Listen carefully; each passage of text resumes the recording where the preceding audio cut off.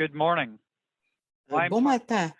Je suis Tyler McCann, McCann, directeur général de l'Institut canadien des politiques agroalimentaires et c'est un plaisir d'animer le webinaire d'aujourd'hui après les élections, les Thank défis you for et joining les us. possibilités du gouvernement fédéral du Canada. Merci de bien vouloir nous rejoindre pour comprendre où s'en va la politique agroalimentaire et où elle devrait aller pendant les 4 prochaines années. Et c'est aussi le premier webinaire avec nos 4 nouveaux boursiers distingués de l'ICPA. Et tandis que nous nous réunissons aujourd'hui, je voudrais reconnaître les territoires traditionnels des Premières Nations sur lesquels nous sommes et regardons nos écrans.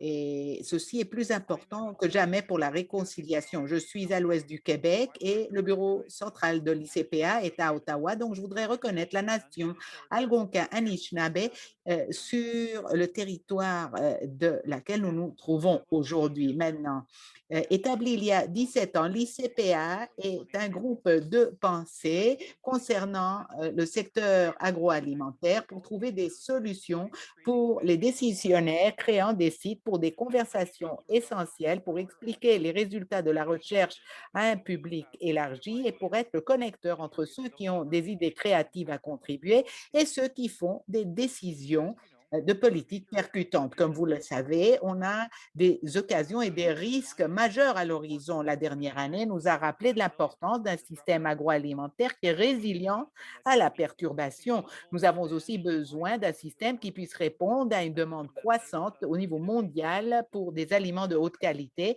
et un système pour trouver des adaptations au climat et un système qui est bon pour tout le monde. En même temps, on doit mettre à part le système agroalimentaire du Canada et voir qu'on a un environnement mondial complexe et compétitif. Nous devons trouver des idées créatives, de l'innovation et des idées enracinées dans la science et la bonne politique.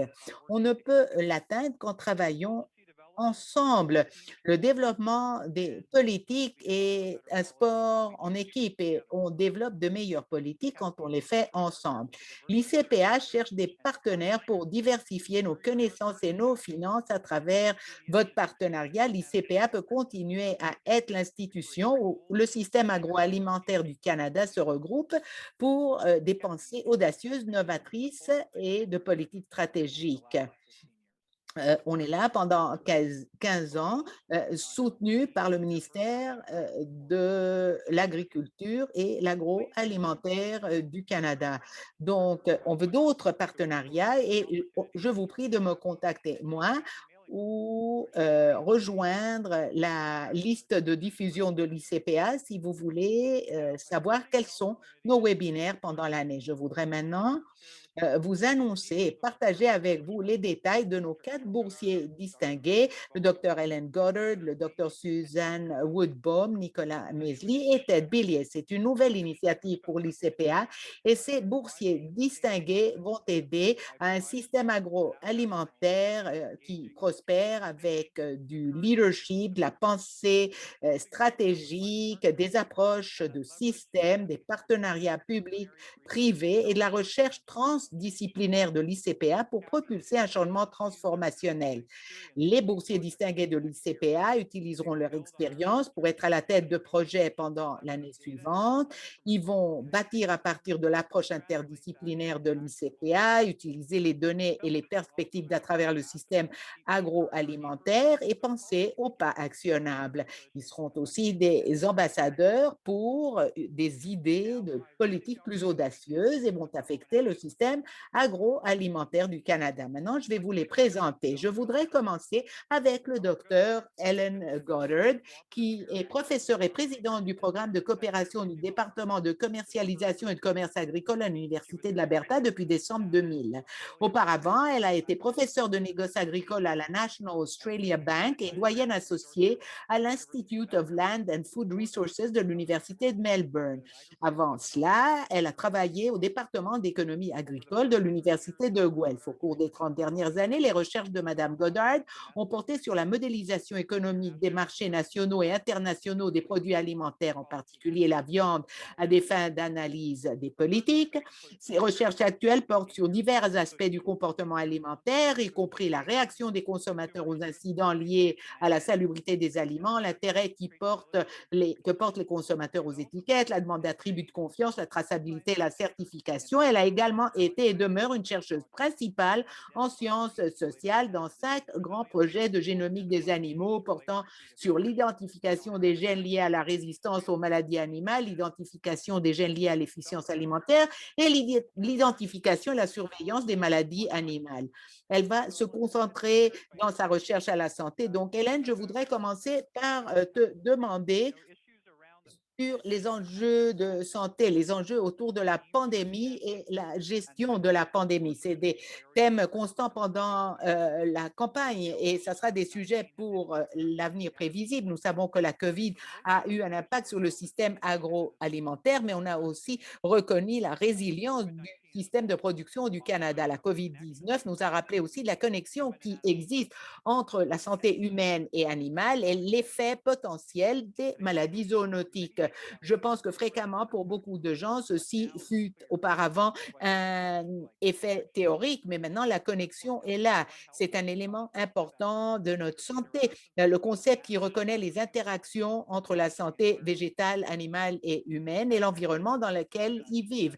Quand tu penses à développer ce concept. Ça m'intéresse de savoir ce que tu penses sur la COVID comme un enjeu de une santé. Comment cela a à voir, par exemple, avec la résistance aux antimicrobiens, par exemple, et ce qui se passe pour le prochain mandat là-dessus. Quelle action allons-nous voir pour voir si les gouvernements pensent à une santé comme approche pour tous ces enjeux? Merci, Tyler. C'est un plaisir d'être ici. L'une des choses que je pense est très importante qui a eu lieu pendant la COVID, c'est toute la science qui a eu lieu. Ce ne fut pas seulement les vaccins qui ont été développés, on a étudié beaucoup d'autres choses qui vont affecter notre étude de maladies animales, ce qui au niveau mondial nous met en avant de là où nous étions avant la COVID et une partie de cela va commencer à apparaître une fois qu'on cessera de se préoccuper de la santé des gens dans cette quatrième phase extrême de la pandémie. Mais je pense vraiment que dans la lettre de mandat au ministre d'Agriculture, du ministre de l'Agriculture, je voudrais voir un profil plus élevé pour le potentiel où ces maladies pourraient arriver dans l'avenir. Le ministre de l'Agriculture doit prendre un rôle central côté facilitation de réaction au niveau national pour des maladies du bétail dans la vie sauvage qui peuvent traverser au bétail, des maladies dans le bétail qui peuvent potentiellement passer aux gens ou des maladies dans le bétail qui viennent des humains et passe à d'autres genres de bétail potentiellement. Toutes ces voies, nous comprenons, existent, mais elles sont étudiées de façon comportementalisée et nous n'avons même pas d'approche consistante pour gérer quelques-uns de ces enjeux de maladie quand on a des interactions entre la vie sauvage et les humains. Ce n'est même pas clair quel ministère est à la charge. Parfois, le ministère de l'Environnement ou de Ressources naturelles qui est à la charge de la vie sauvage, le ministère de l'Agriculture ou l'Agence canadienne d'inspection qui gère le bétail et que l'on est conscient, mais qu'on n'est pas en train de participer de façon suffisamment active. Donc, je pense que le Canada a eu de la chance jusqu'à présent avec la résistance aux antimicrobiens si on se compare à des pays européens qui ont réduit de façon importante l'utilisation des antimicrobiens à cause du développement de bactéries résistantes aux antimicrobiens qui affectent la vie humaine. Et il faut le comprendre rapidement, autrement, on va rater l'occasion. Donc, on a plusieurs défis dans la pipeline et tout cela doit être facilité par un ministère fédéral qui interagirait avec d'autres ministères, mais qui serait aussi à la tête des provinces par rapport à ces actions. Super. Merci beaucoup, Hélène. Et encore une fois, on pourra en parler plus tard. Maintenant, je voudrais vous présenter le docteur Susan Woodbaum, qui est présidente et PDG du cabinet Woodbaum and Associates, qui offre des services de consultation stratégique à l'industrie et au gouvernement dans les domaines de l'innovation scientifique, des investissements en recherche et développement et du déploiement de solutions intégrées.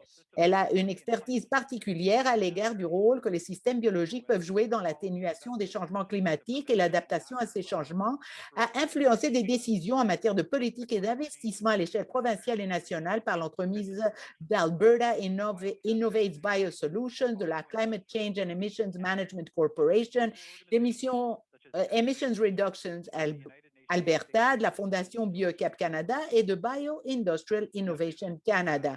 Maintenant, Suzanne, le changement climatique et la santé ont été au front de la campagne et on a vu vraiment un débat réel entre les partis. Et quoique pas forcément à l'avant-garde, on a plutôt à l'avant-plan, on a parlé de l'impact de la taxe carbone, les exemptions potentielles pour les fermiers, l'engagement du gouvernement à réduire les émissions d'azote et le rôle que l'action des fermiers peut jouer dans les réductions aux émissions et la séquestration du carbone. Tu as travaillé dans l'agriculture et la politique environnementale bien avant que cela domine les campagnes des élections. Je me demande ce que tu penses de la situation de l'agriculture et du dialogue par rapport aux politiques environnementales pendant la campagne et récemment au Canada. Qu'est-ce que les gouvernements font bien et qu'est-ce qu'ils font mal? Merci beaucoup pour la question. Je pense que je voudrais me concentrer au concept par où nous avons un gouvernement qui continue de mettre façon, on ne va pas avoir de restructuration. Et je suppose que c'est l'occasion de voir ce qui est devant nous, ce qui a été mis devant nous pendant la dernière année et quel est le rendement là-dessus. L'un des documents auxquels je voudrais vous renvoyer, le cadre pan et canadien par rapport au changement climatique qui montre l'intention d'avoir une relance économique euh, après la COVID et le changement climatique et ce que nous pouvons faire pour pouvoir euh, euh, desservir la lutte contre le changement climatique et atteindre nos objectifs économiques. Je devrais dire qu'après avoir regardé les choses attentivement, le document semble très sérieux, mais on n'a pas encore fait trop de choses avec. On tend ne à ne pas entendre des programmes quand ils ont à voir avec l'agriculture. On entend plutôt les choses qui ont à voir avec le changement climatique. Donc, l'une des choses, si je commençais du côté pas correct, je pense que le gouvernement ne parle pas vraiment la langue de l'agriculture, ce qui est énormément important, tant du point de vue économique pour le Canada que pour l'économie au niveau mondial. Donc, je pense que le gouvernement doit apprendre à parler la langue de l'agriculture et comprendre que l'agriculture est une fonction viable, une force économique dans le pays et aussi une force pour le bien, pour aider dans les enjeux du changement climatique. Maintenant, du point de vue de faire les choses correctes, ils ont des documents, ils ont ce document cadre et ils ont aussi développé un annexe par rapport à l'agriculture qui montre encore une fois l'intention de se concentrer à ce que nous pouvons faire tant pour réduire les émissions associées avec l'agriculture et pour voir le côté des avantages de ce que l'agriculture peut faire pour atteindre les objectifs côté changement climatique. Mais encore, c'est un document cadre, on n'a pas encore eu d'action. Donc, en allant de l'avant, on voudra des actions de la part du gouvernement et cela doit avoir lieu en partenariat avec les organismes producteurs et les producteurs mimes. Et donc, voilà des idées auxquelles nous pouvons retourner plus tard. Merci beaucoup, Suzanne. Nicolas est un agronome, un agroéconomiste, journaliste et photographe spécialisé dans les questions agroalimentaires et écologiques. Nicolas a commencé sa carrière au magazine Le Bulletin des agriculteurs, où il est maintenant journaliste indépendant et chroniqueur économique. Au début de sa carrière, M. Mesley a été attaché de presse de l'ancien ministre de l'Agriculture du Canada, Eugene Whalen, dirigeant principal du marketing international chez Agriculture et Agroalimentaire Canada, et secrétaire commercial à l'ambassade du Canada à Caracas, au Venezuela. M. Mesley a ensuite travaillé comme correspondant TGiste à l'émission d'affaires publiques de Radio-Canada Le Point à partir de Santiago, Chili. Depuis, il a collaboré avec divers magazines et journaux, ainsi qu'à la production des documentaires. Nicolas possède une vaste expérience internationale et couvre la politique agricole américaine depuis 15 ans. Les associations de la presse canadienne ont récompensé son travail journalistique et photographique à plus de 20 reprises. Il est conférencier et animateur, ainsi que chroniqueur à l'émission radiophonique Moteur de recherche de la Radio-Canada. M. Mesley, votre projet de bourse porterait sur l'eau, une question qui certainement a un impact sur chaque maillon de la chaîne d'approvisionnement agroalimentaire. Je crois que nos spectateurs aujourd'hui vont être d'accord que nous n'avons pas vraiment entendu parler d'eau pendant la campagne électorale. Cependant, au cours des 4 prochaines années, nous pouvons nous attendre à ce que les questions relatives à l'eau, qu'il s'agisse du manque d'eau dans les prairies ou de l'excès de l'eau dans l'Est du Canada, et le rôle que l'eau joue dans le maintien et l'attraction des investissements dans la transformation alimentaire au Canada, jouent un rôle plus important. J'aimerais savoir, Nicolas, comment envisagez-vous le dialogue sur les politiques de l'eau au cours des 4 prochaines années? Pensez-vous qu'il y a des enjeux à l'horizon qui attireront l'attention sur l'eau? Oui, bonjour. Merci Tyler pour cette introduction et bonjour à tous et à toutes. On n'a pas entendu parler d'eau dans la campagne électorale fédérale et c'est dommage parce que l'eau, ça va être l'enjeu du 21e siècle. L'eau, c'est surtout dans les changements climatiques, ce qu'on va pouvoir s'attendre, c'est que quand une nation comme le Canada, qui est le 5e exportateur mondial de denrées agricoles, quand on exporte de l'eau. Et le Canada, en ce sens, est un peu béni des dieux parce qu'il dispose de 7% des réserves d'eau fraîche mondiales. On a une planète bleue, la Terre, on dit que la planète est bleue, mais la majorité de cette eau-là, c'est de l'eau salée. Donc, pour produire de la nourriture, le Canada est bien placé, les provinces aussi. Et je vous dirais, un des enjeux qu'il va falloir regarder, c'est comment ça se passe au niveau des provinces. Quels sont les règlements? Comment les politiques de l'eau provinciale interfèrent entre elles, s'il y en a? Quels sont les règlements? Comment les producteurs sont affectés d'une province à l'autre? Si on prend l'Ouest canadien, vous avez parfois des conflits entre le secteur du gaz et du pétrole et les agriculteurs, avec les technologies de fracking, par exemple, ou encore dans l'Est du Canada, on l'a vu, manque d'eau. Donc, il va y avoir besoin de faire de nouvelles canalisations. Ça va prendre des infrastructures.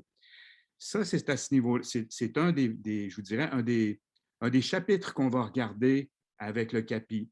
L'autre, c'est pas très clair. Je vous dirais, l'accord qu'on a signé, le CUSMA, l'ancien ALENA, l'ancien ALENA 2, quel est, je vous dirais, est-ce que l'eau est une commodité? Est-ce que l'eau embouteillée, par exemple, on constate que c'est une commodité, on paye des tarifs, on exporte là-dessus, mais qu'est-ce qu'il y en est, surtout avec les changements climatiques, avec l'eau comme telle? Est-ce qu'on pourrait exporter de l'eau en vrac aux États-Unis? Est-ce qu'on va avoir des demandes comme ça? Quel est le statut de l'eau? Et ça va devenir une préoccupation majeure parce qu'elle est un peu souterraine, on n'en parle pas. Mais les agriculteurs, comme les Canadiens, comme le grand public, comme les hommes d'affaires, veulent savoir un peu ce qui se passe. Et si dans un système résilient un système résilient agricole, agroalimentaire, ben, ça va prendre des politiques de l'eau, si vous voulez, avec un prix juste si on en met, et il va falloir l'économiser. Donc, c'est un peu ça. Et pour terminer, je me trouve privilégié de pouvoir travailler avec le CAPI, avec toute l'expertise qu'il y a là et le réseau où on va pouvoir échanger et discuter sur ces enjeux-là. Mais merci beaucoup, Nicolas. Je trouve que nous sommes très chanceux de travailler avec vous puis toute l'équipe. J'aimerais juste dire encore une fois que ici à l'ICPA, on privilège vraiment une approche interdisciplinaire. Puis je crois que les fellows qu'on a, vos quatre, vous amènent tout un aspect bien différent. Vous avez des expériences de vie qui sont bien différentes, mais vous amènent une passion pour les enjeux agroalimentaire puis les approches politiques qui est partagée among vous tous. Finally, Ted is no stranger to. Et finalement, Ted n'est pas un inconnu pour l'ICPA. J'ai connu Ted pendant la dernière année que je suis là et j'ai valorisé l'occasion de travailler avec lui. Donc, Ted, pour ceux qui ne le savent pas, est un consultant en agroalimentaire spécialisé dans l'innovation qui travaille auprès de clients des secteurs privés et publics.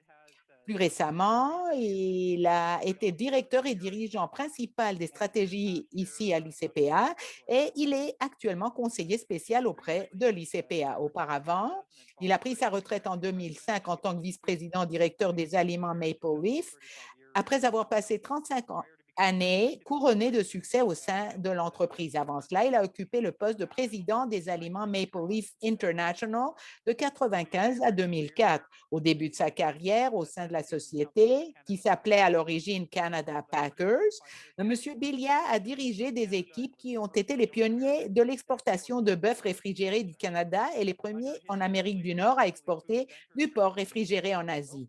Sous sa direction, oh là là, j'ai perdu ma page de ta biographie, Ted. Je pense que tu as déjà dit suffisamment de choses. Bon, ben alors plongeons directement à la question. Encore une fois, je pense, Ted, que ce que la page dit probablement est que ton expérience en affaires étrangères et commerce est quelque chose de très important et c'est une partie de la valeur que tu vas apporter à ton projet de recherche où tu vas analyser le rôle que les aliments, les exportations d'aliments et les ressources naturelles du Canada et les enjeux desquels on a déjà parlé aujourd'hui auront l'importance qu'ils auront dans l'approche en général. Pendant la campagne, tu sais, on a eu beaucoup de commentateurs qui ont parlé qu'on ne paie pas suffisamment d'attention aux affaires étrangères, quoique la campagne s'est lancée quand l'Afghanistan tombait et le Canada est resté en dehors du partenariat de sécurité des États-Unis, de l'Australie et du Royaume-Uni. La dynamique dans les affaires étrangères et le commerce étranger continue à changer. On a eu la libération des deux Michael dernièrement, heureusement, et je pense que Ted, on est tous d'accord que ce panorama changeant montre qu'il faut refaçonner la stratégie d'affaires étrangères du Canada. Et je me demande ce que tu penses sur comment l'agroalimentaire pourrait s'incruster et comment le Canada peut utiliser comme levier One Health, l'action durable, l'atténuation du changement climatique et l'eau pour faire avancer les intérêts du Canada dans le monde entier. Merci, Tyler. Je pense qu'il s'agit ici d'un sujet énormément important. Quand on pense à ce que les autres trois panélistes ont dit, vraiment, ils ont fait un survol de ce qui est une position extrêmement stratégique pour le Canada. Vous savez qu'on a une abondance de matières brutes, surtout les aliments, l'énergie et le minerai. Et le monde peut être aussi brillant par rapport à d'autres découvertes, mais ne peut pas vivre sans ces choses de base, c'est certain. Et mon inquiétude est que nous avons beaucoup de cartes et probablement l'on pourrait gagner au niveau stratégique, mais je ne suis pas sûre qu'on sait exactement comment jouer ces cartes exactement. Donc, je pense que mon intérêt cette année va être d'analyser comment jouer les cartes. Bien évidemment, nous sommes dans une situation où, vous savez, retournons dans l'histoire. Le Canada, dans l'affaire de la viande, ce qui s'est bien passé, c'est qu'on pouvait aller à n'importe quel marché parce qu'on avait essentiellement une santé animale élevée. Et à l'époque, cela valait $1 le kilo par rapport à d'autres pays. Et de façon similaire, nos récoltes, qui étaient très propres, à bas résidus, on avait ces marchés de primes, ces marchés importants parce qu'on voulait acheter ailleurs et on achetait de nous. Donc, le Canada a toujours eu ce positionnement. Et si nous passons maintenant à un monde où subitement le changement climatique va jouer un rôle, l'eau va jouer un rôle, beaucoup de pays vont devoir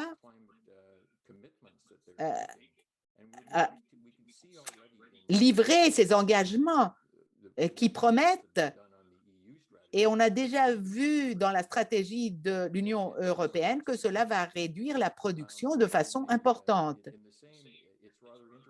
C'est aussi intéressant que la même chose est déjà en train de se passer en Chine. La plupart des gens n'ont pas encore compris le fait qu'on est en train d'envoyer moins de fèves de soja ce septembre que ce qu'on s'attendait. Et une partie de cela n'est pas seulement le fait que l'industrie chinoise porcine a un autre problème, mais parce qu'il n'y a pas assez d'électricité.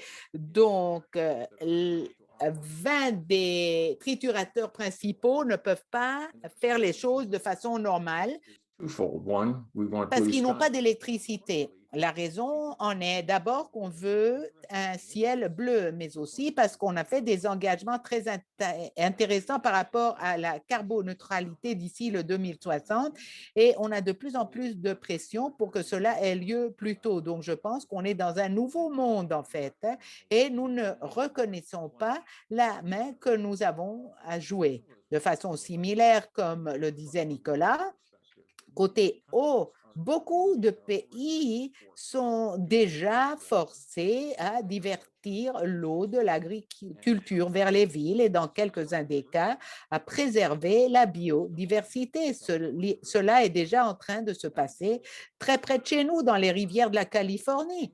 Et aussi, je pense qu'on a déjà reconnu qu'on ne peut avoir que quelques densités animales, autrement on aura des maladies et on en aura d'autres qui vont s'approcher. Donc, tout ceci nous suggère qu'on devrait penser de façon plus stratégique par rapport à comment jouer avec nos politiques commerciales et je pense que les possibilités sont significatives où nous pourrions obtenir des leviers, les utiliser de bonne façon, non seulement pour faire de l'argent, mais en fait pour avoir un meilleur monde, plus durable et plus pacifique que le monde que nous avons aujourd'hui. Mais je vais arrêter là parce que je n'ai aucune intention d'écrire la stratégie en ce moment. J'ai toute une année pour l'écrire quand même. Très bien, merci Ted. Et encore une fois, dans toutes vos réponses, je pense qu'on peut passer tout l'après-midi à parler de la dynamique et de comment les choses vont se passer pendant les 4 années suivantes, mais on va changer de direction et on va poser des questions générales et j'encourage tous ceux qui nous écoutent à utiliser la fonction des questions et réponses si vous voulez poser des questions à nos experts. Mais je vais commencer avec une question amusante, je pense. Et c'est une question pour tout le monde. Si vous étiez un premier ministre ou une première ministre à écrire une lettre de mandat pour le prochain ministre d'Agriculture et d'Agroalimentaire, que lui donneriez-vous comme premier travail pour le prochain mandat? Prenons le même ordre. Hélène, tu seras la première. Quel est le premier travail que devrait faire le prochain ministre de l'Agriculture et de l'Agroalimentaire?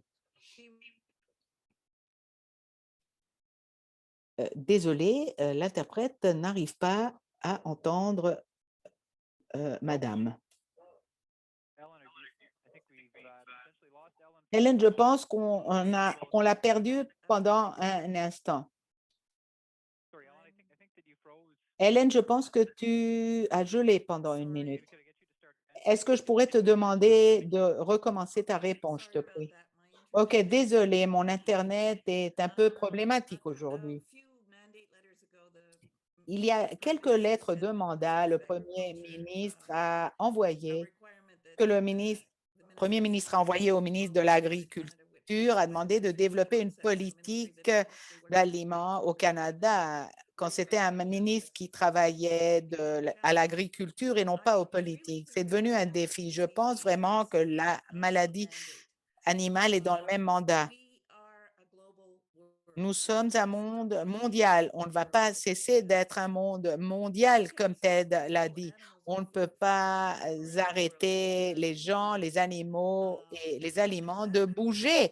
Et nous sommes vraiment dans une situation de risque si on n'aborde pas ces choses au sérieux pour pouvoir garantir la qualité de nos produits canadiens pour les citoyens canadiens et pour nos marchés d'exportation. Et je pense qu'une grande partie des enjeux de maladie sont en train de fluer sous les ordres du jour, les plans des gens. Donc, je dirais qu'il faudrait développer une politique, une santé qui pourra garantir la qualité des exportations alimentaires du Canada. Super, ce n'est pas une petite tâche pour le prochain ministre, hein? Suzanne, que penses-tu devrait être la première tâche du prochain ministre? Ben, je pense à une lettre de mandat comme étant quelque chose qui a des principes élargis et après se réduit aux choses associées à cela.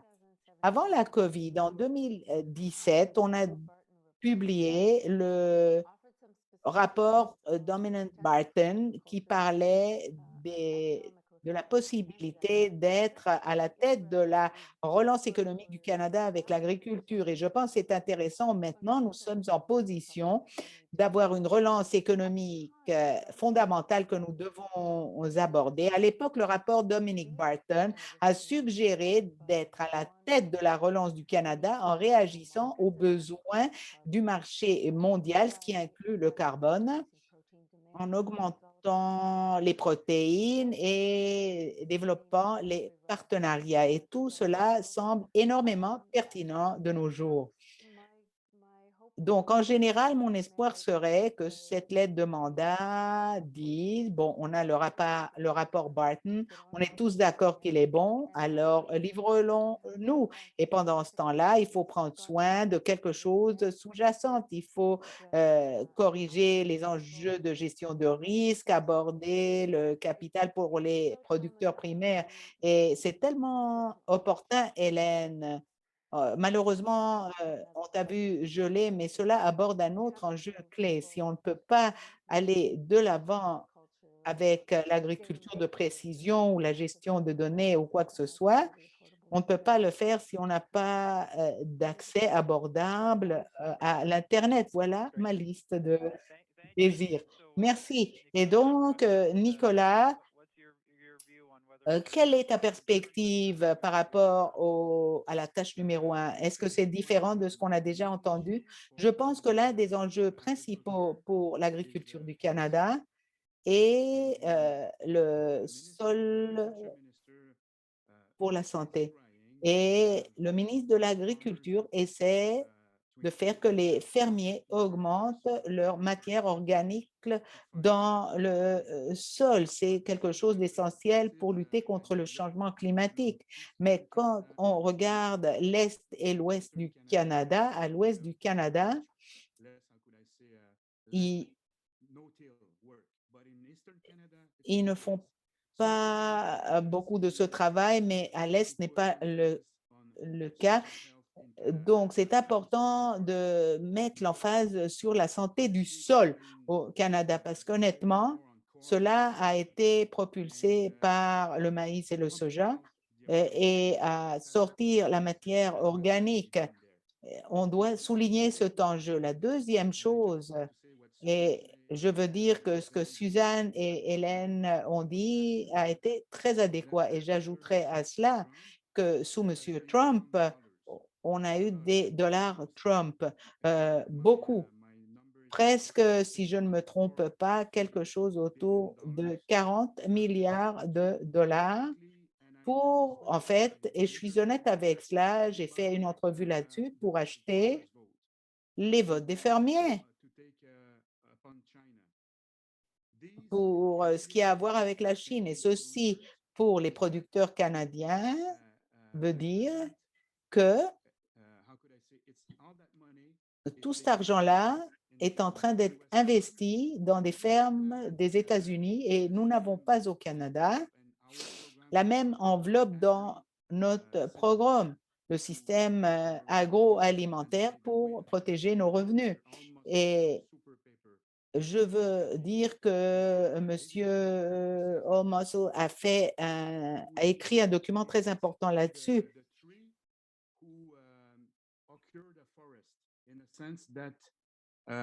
Et ce que je veux dire là-dessus est que les producteurs américains vont bien, mais notre système au Canada, notre système agroalimentaire fonctionne quand le prix des services publics internationaux sont bas. Mais ce n'est pas le cas parce que la Chine est en train d'élever tous ses prix. Donc, nous devons penser à quelque chose du point de vue de la compétitivité. Comment allons-nous le faire? Et la dernière chose que je voudrais dire est que, comme Suzanne l'a dit, vous savez, on est en train de parler du ministre de l'Agriculture, mais ça, c'est une chose, le ministre, mais l'eau est au milieu et le système de santé aussi. Donc, vous voyez qu'il y a beaucoup de choses desquelles il faut parler. C'est un grand défi et je suis d'accord aussi avec Ted dans le sens que nous devons jouer nos cartes de façon correcte et ça va être un jeu difficile. C'est une opportunité, mais en même temps, nous devons apporter tous ces enjeux au public et en parler aussi avec les fermiers.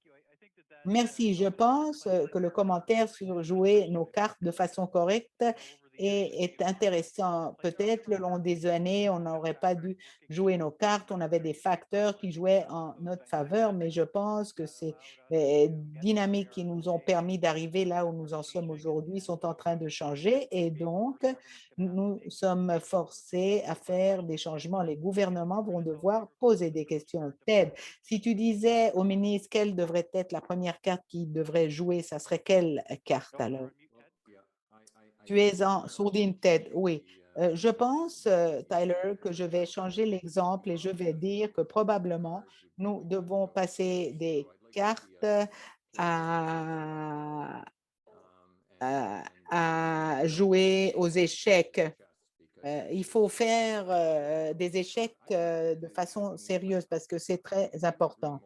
Je suis complètement d'accord avec tous les orateurs jusqu'à présent. Ils ont tous des points très importants, mais je vais prendre une direction différente. Je voudrais que le ministre souligne davantage l'importance stratégique de l'agriculture et des aliments comme étant clé pour notre santé, notre environnement, notre économie et tellement d'autres dossiers. Donc, vraiment, le ministère de l'Agriculture devra diriger quelques-uns de ces défis et agir.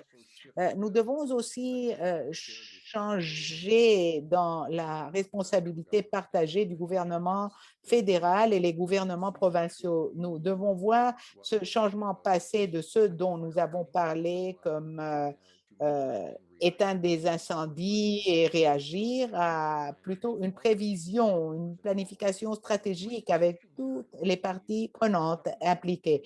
Et je dirais que comme point de départ, nous devrions penser à réactiver la conférence Outlook où nous partageons avec l'industrie nos connaissances parce que si nous allons arriver à des accords stratégiques d'une sorte ou d'autre où on a des problèmes à court terme que nous devons résoudre et on en a fait la liste, il existe aussi des enjeux stratégiques à long terme auxquels nous devons travailler. Donc, nous devons pouvoir regrouper les gens pour partager de l'information. Donc, je pense que l'ICPA serait un très bon partenaire des gouvernements fédéraux et provinciaux pour pouvoir organiser et peut-être prendre la conférence Outlook du gouvernement et la mettre dans des organismes neutres comme l'ICPA et de regrouper toutes ces choses que nous venons d'entendre et les mettre ensemble.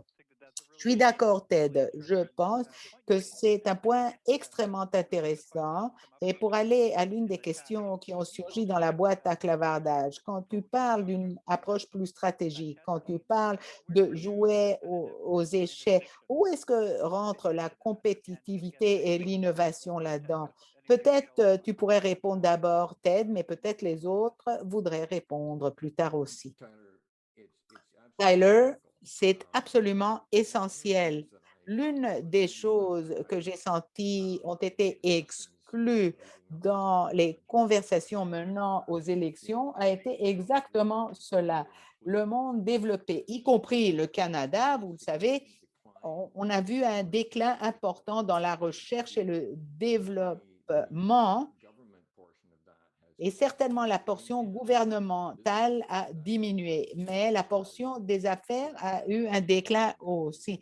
Et dans les pays en développement, par exemple la Chine, le Brésil, la portion non gouvernementale a augmenté. Donc, on est dans une situation où d'autres sont en train de prendre quelques-unes des portions de recherche et développement plus intéressantes et on n'a pas prouvé été très bon côté commercialisation de toutes ces choses. L'agriculture au Canada a vraiment été développée à partir de choses qu'on a fait les premiers. On a été les premiers dans les Amériques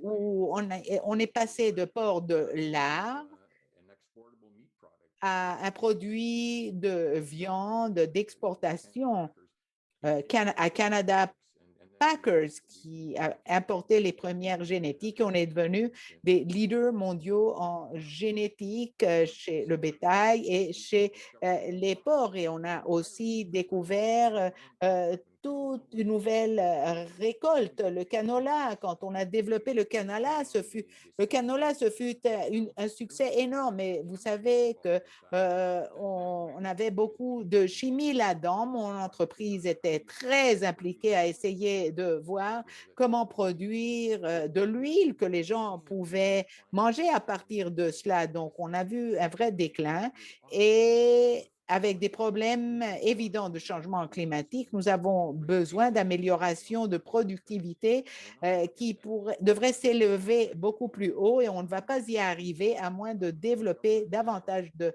temps et d'énergie dans la recherche et le développement en agriculture et aliments. Hélène, que penses-tu? Je ne pourrais être plus d'accord avec Ted que je le suis. Je ne vais rien répéter, mais nous devons vraiment analyser nos modèles de financement.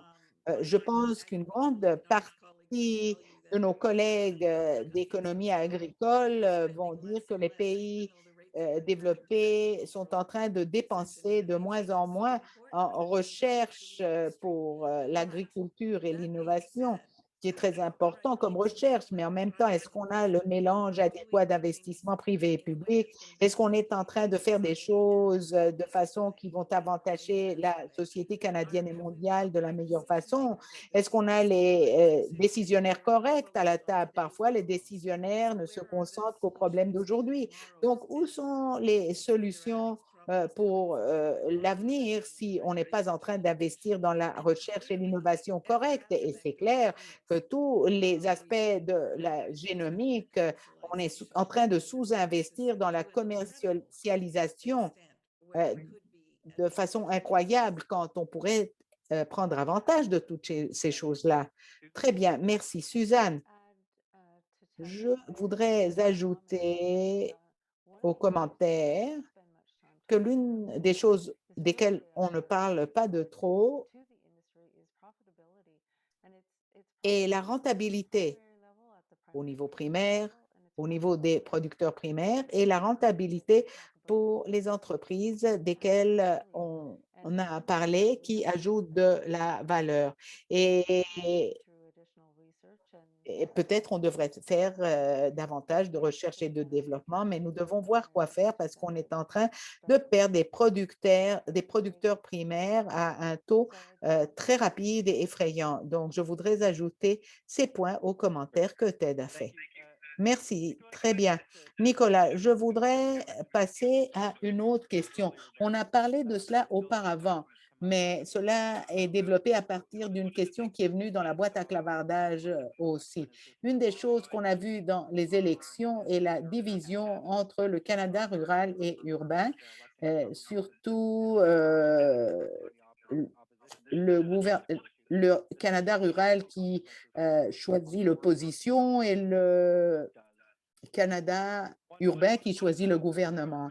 Et l'une des questions qui est surgie dans la boîte à clavardage euh, est la suivante. Donc, le gouvernement, en ce moment, s'est engagé à réduire les risques de pesticides, à parler d'un programme de contrôle national d'eau. Et je me demande comment tu vois cette dynamique, le Canada rural et urbain et le gouvernement élu sous un mandat de réduire les pesticides et les effets qu'ils ont à travers tout le pays. C'est une très bonne question, Tyler, et cela vraiment prouve la division entre, dirais-je, les électeurs ruraux et urbains, dirais-je, les fermiers et les citoyens qui vivent dans de grandes villes. Et je suppose que ce que je vais prendre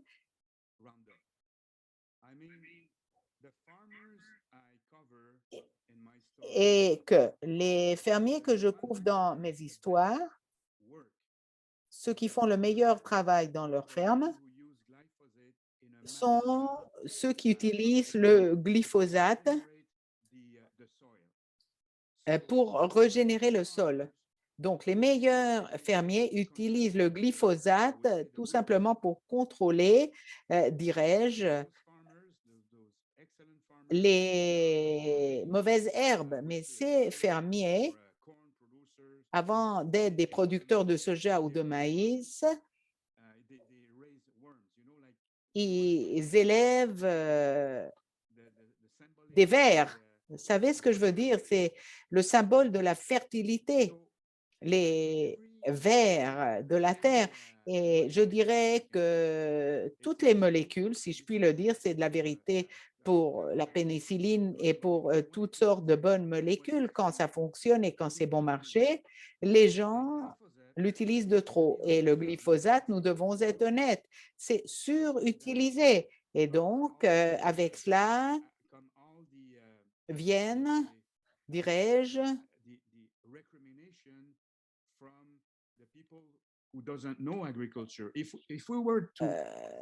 vient ce que disent ceux qui ne s'y connaissent pas à l'agriculture. Quel serait autrement l'avenir des bons fermiers? Je ne veux pas dire qu'on a de bons et de mauvais fermiers, mais on utilise les pesticides de trop. Les gens ne le veulent pas. Alors, il va falloir analyser la biodiversité, l'agroforesterie pour mieux utiliser la nature au lieu d'utiliser les pesticides. Et si nous regardons l'avenir, il ne s'agit pas de combiner, on pourrait le faire, c'est-à-dire on pourrait utiliser le glyphosate avec d'autres pesticides, faire un mélange et des choses de ce genre. Mais où serons-nous alors en 30 ans? C'est comme la pénicilline. Donc, quand j'essaie de retourner à la santé du sol, c'est comme la santé humaine. Si on utilise un peu de glyphosate, j'ai un mal de tête et j'utilise l'aspirine, bon, ben ça va. Mais si je surutilise les médicaments, alors là, on est en mauvais état. Et en plus, la meilleure façon de lutter contre le changement climatique devra avoir un sol en santé. Et si le glyphosate peut aider, bon, maintenant, quand on va à un programme de la radio et on essaie d'expliquer ces choses, on vit dans un monde très polarisé. Il y a des gens qui croient au diable et le glyphosate sera toujours le diable. Alors, je pense que notre rôle est celui d'essayer d'expliquer sans juger. Écoutez-moi, voici les faits. Et oui, les fermiers doivent faire des choses de leur côté afin d'utiliser les pesticides et utiliser plutôt la nature. Ça sera plus avantageux pour eux, ça sera moins coûteux pour leur ferme et ça sera plus sain pour leurs affaires et leur sol. Donc, je ne sais pas si je l'ai bien expliqué, mais ceci est un enjeu vraiment très réel entre ce que je dirais les électeurs ruraux et les fermiers et le public général. Vous savez, si vous voyez un produit avec une tête de mort, comme on dit sur le produit, qui dit que ça tue, bon, ben, tout le monde a peur de cela, c'est normal, mais on utilise les pesticides depuis le temps des Romains dans les vignobles. Le poison, comment l'utilise-t-on? Il y a cela, et puis après, il y a la science. Et c'est la dernière chose que je vais dire quand on parle du côté de la science. Qui finance la science? Ça, c'est un grand enjeu. Est-ce Bayer? Est-ce est-ce que cela vient de nos chercheurs? Le canola a été développé par des chercheurs d'Agriculture Canada. Donc, il faut penser sérieusement à ces choses. Qui finance la recherche et comment elle peut être plus acceptée par le public en général? Nicolas, je pense que tes commentaires soulignent la complexité et la dynamicité de ces enjeux de politique et comment nous avons ce besoin d'essayer d'expliquer ces systèmes, encore une fois, qui sont très difficiles au public pour avoir du soutien pour ce mélange de politique. Un exemple qui est venu récemment, c'est l'engagement du gouvernement à réduire les émissions de fertilisateurs d'azote. Ça, c'est des choses très simples comme commentaire, mais on se verrait très avantagé par tous ces sujets. L'ICPA est un grand champion des approches de systèmes qui comprennent quels sont les effets à partir de la porte de la ferme jusqu'au plat du consommateur et comment toutes ces différentes composantes interagissent ensemble.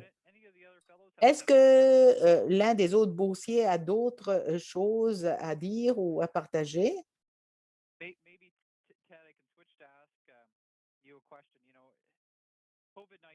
Maintenant, la COVID-19 est certainement sortie du rien, un de ces événements qui sont arrivés et ont changé le tout. Je me demande ce que vous pensez sur des enjeux qui pourraient être à l'horizon et qui pourraient brouiller les cartes dans les politiques agroalimentaires du Canada. Tyler, si ça ne te dérange pas, je vais être en désaccord avec la question. Moi, je pense qu'il y a très peu d'événements genre signe noir qui ont lieu. Quelques-unes des présentations de l'ICPA des dernières 10 années parlent de l'inévitabilité d'une pandémie. On est passé par le SRAS, par le H1N1. On savait que quelque chose de grand s'approchait et pour ne pas trop insister, on sait qu'une plus grande que la COVID s'approche et il nous faut tout simplement être préparés. Mais la question va à la partie centrale de ce que nous devons faire tous les jours, nous poser la question sur les risques tous les ans. Et c'est quelque chose que l'ICPA pense, ça fait longtemps, que de faire un approfondissement annuel concernant les risques et les menaces, parce que non seulement est-ce les choses que nous devons survivre et nous allons fleurir, mais aussi c'est là où se trouvent les opportunités. L'autre côté des risques. Donc, je pense que c'est juste de dire que nous avons tous une idée par où les risques du changement climatique sont là, les risques des maladies sont énormes. Nous savons que les bactéries,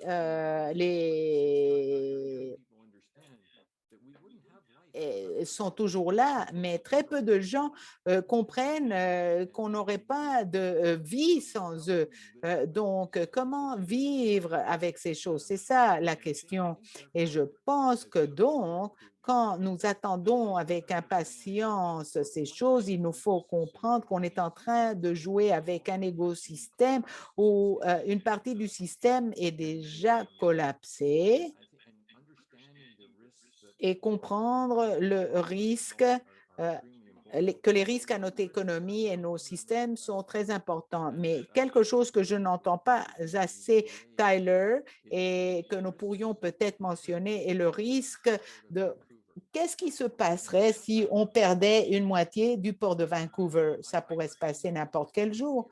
Moi, j'ai passé par le tremblement de terre au Japon quand j'y ai vécu et la perturbation à l'agriculture canadienne serait incroyable.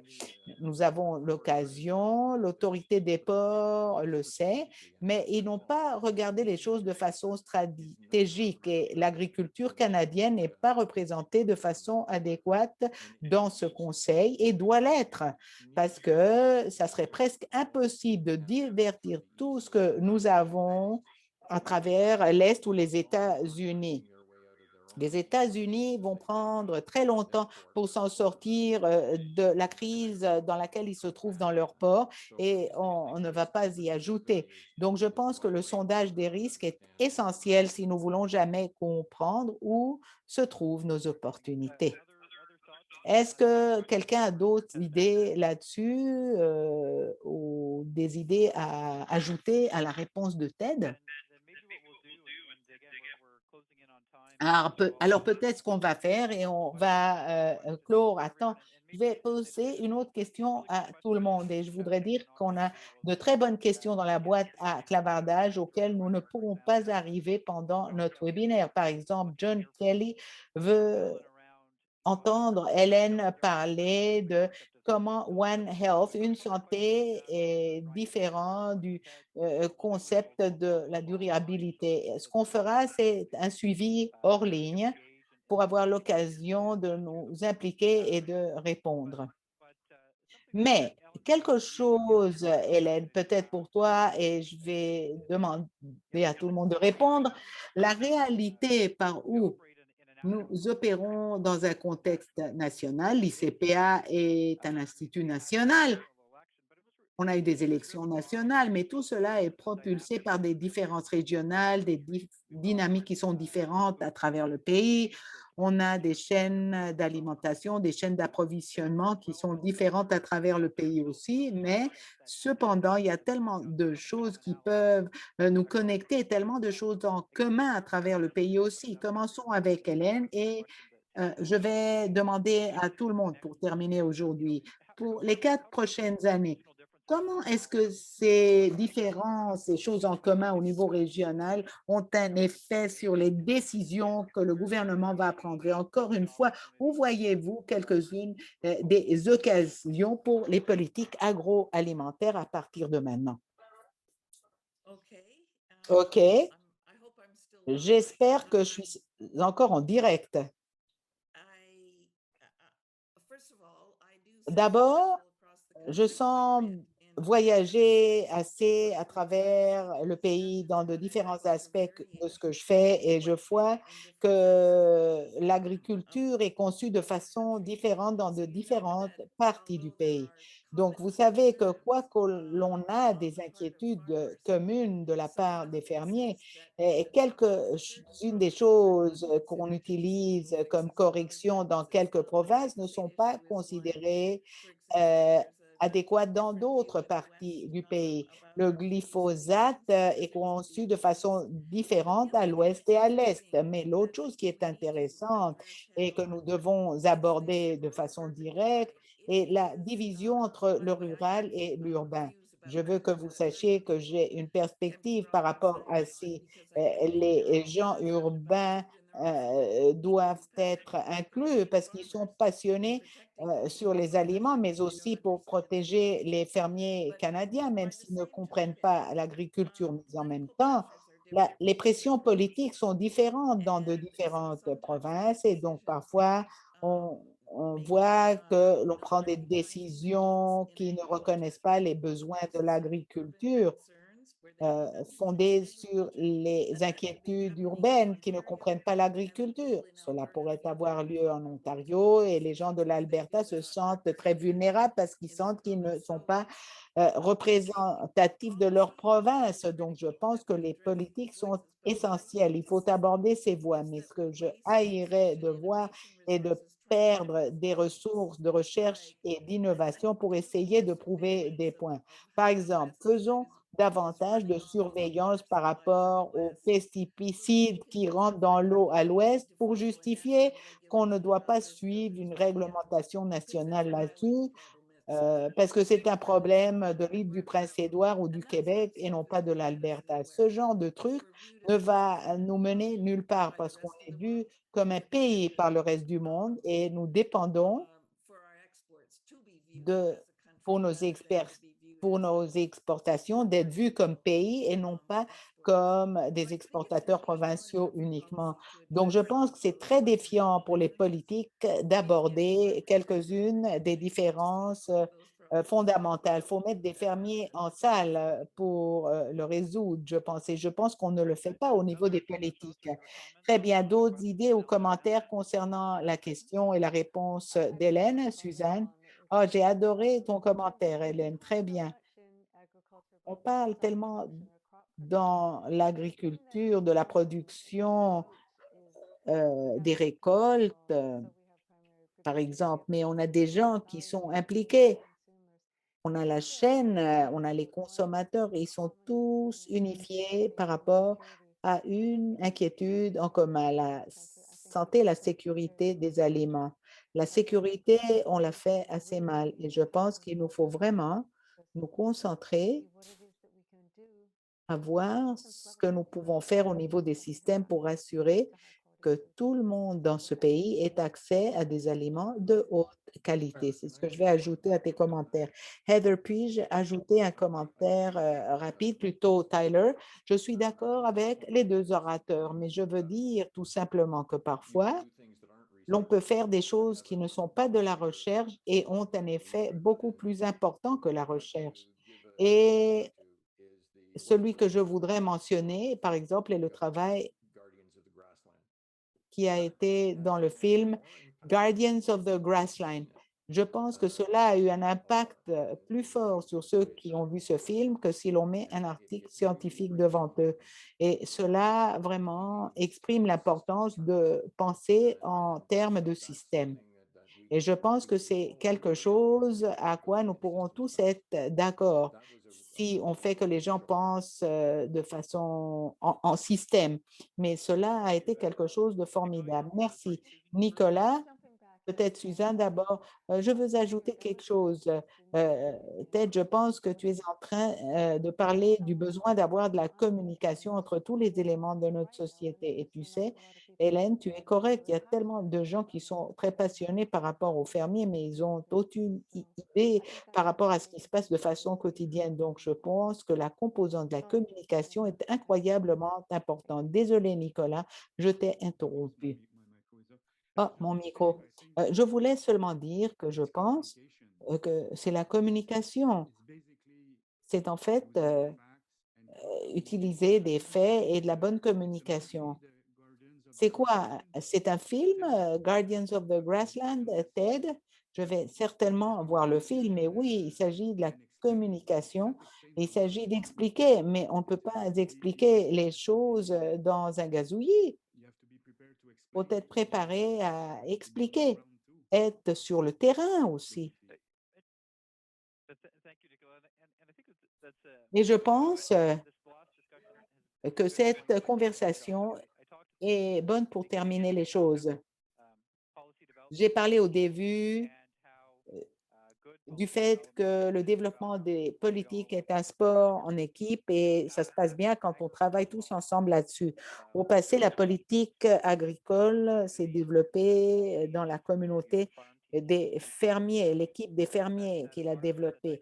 Mais cet environnement, la dynamique dans laquelle nous existons aujourd'hui, La politique agroalimentaire est différente que ce que cela était il y a une décennie. Et donc, je pense que cette année suivante, ça nous emballe de voir le travail que vous allez tous faire comme boursiers distingués. Et j'espère qu'on puisse voir que cela ait une influence sur ce qui va se passer pour les 4 prochaines années et le prochain mandat. Et nous attendons avec impatience de partager les résultats et de vous avoir tous et toutes impliqués, ceux qui ont participé à l'appel. Et encore une fois, on va faire un suivi avec ceux qui ont posé des questions spécifiques pour continuer avec le dialogue. Merci beaucoup, tous et toutes, de nous avoir rejoints aujourd'hui. Ici, nous avons un premier webinaire de toute une série. Restez à l'écoute par rapport au webinaire qui aura lieu fin octobre. Je peux vous dire qu'il s'agit d'un sujet qui est une passion. Pour moi, les relations fédérales, provinciales, territoriales, je pense que ça sera formidable. On partagera de l'information là-dessus bientôt et je vous prie de contacter l'ICPA si vous avez des questions. Comme vous le voyez, nos boursiers sont passionnés par rapport au travail qu'ils vont faire et j'attends avec impatience de m'impliquer avec vous tous. Merci à tout le monde et on vous attend au prochain événement de l'ICPA. Bonne journée.